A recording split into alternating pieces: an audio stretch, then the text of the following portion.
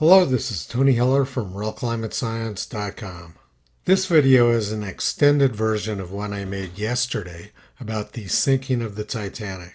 The Titanic sank on April 14th, 1912. But our story begins 2 years earlier. Earth was about to pass through the tail of Halley's Comet. There was a widespread belief that this could lead to massive storms, plagues, and political instability. The head of Halley's Comet was 42 times the size of the Earth, and the tail was 62 million miles long. People were very concerned about the effect this might have on Earth. Concern about the effect of comets goes back to at least the year 700 AD. The comet of 1664-1665 was quickly followed by a plague outbreak in London and the Great Fire of London. It would be difficult to determine if Halley's Comet caused it, but there was a tremendous change in the weather patterns during March of 1910. March 1910 was the warmest March on record in the United States, with temperatures averaging about 10 degrees above the long-term mean. Two-thirds of afternoon temperature readings in the United States during March 1910 were over 60 degrees Fahrenheit. And the United States sank into an historic drought at the same time in March 1910. The drought was very severe, and it lasted well into 1911. During August of 1910, what may have been the largest forest fire in U.S. history occurred in Idaho and Montana.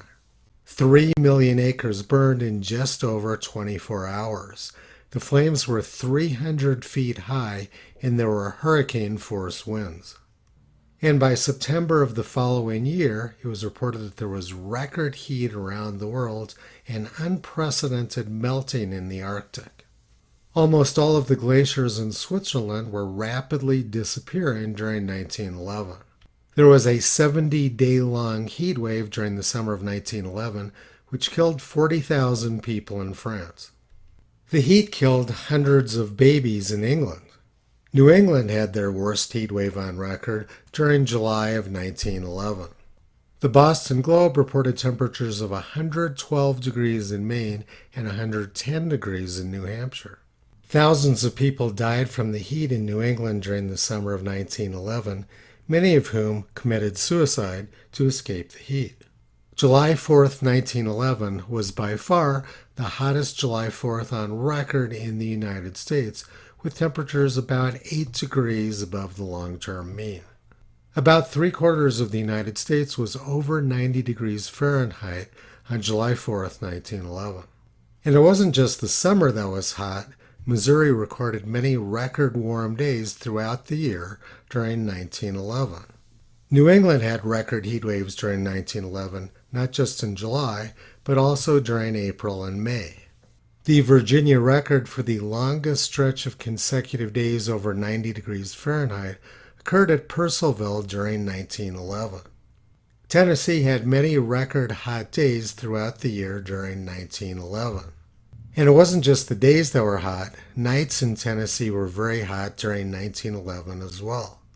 In fact, the average minimum temperature in Tennessee during 1911 was the highest on record there since 1895. Greenland reported an incredible temperature of 94 degrees Fahrenheit during the summer of 1911. The unprecedented warmth of 1911 led to an unprecedented amount of icebergs in the North Atlantic. And this led to the sinking of the Titanic during April 1912. So let's take a look at how the United Nations Intergovernmental Panel on Climate Change reports on the record heat of 1911. They show the record heat of 1911 as being one of the coldest years of the last millennium.